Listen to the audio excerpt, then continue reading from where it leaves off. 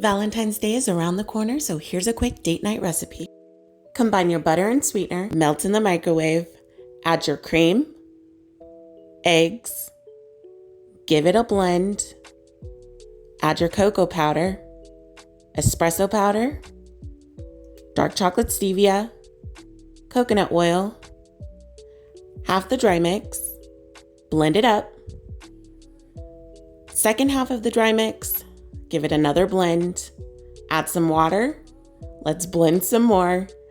9x13 pan lined with parchment, add our batter, smooth it out, bake for 20 minutes at 350. Chop some strawberries, add some sweetener, give it a mix, cover and let set in the fridge. Pour some chocolate chips in a bowl, add some coconut oil, melt together in the microwave, take some fresh strawberries and give them a dip, place on a parchment and let set in the fridge.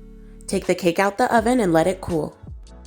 After it's cooled, slice into cubes. Grab a fancy glass, add some cake, spoon on some strawberries, top with whipped cream.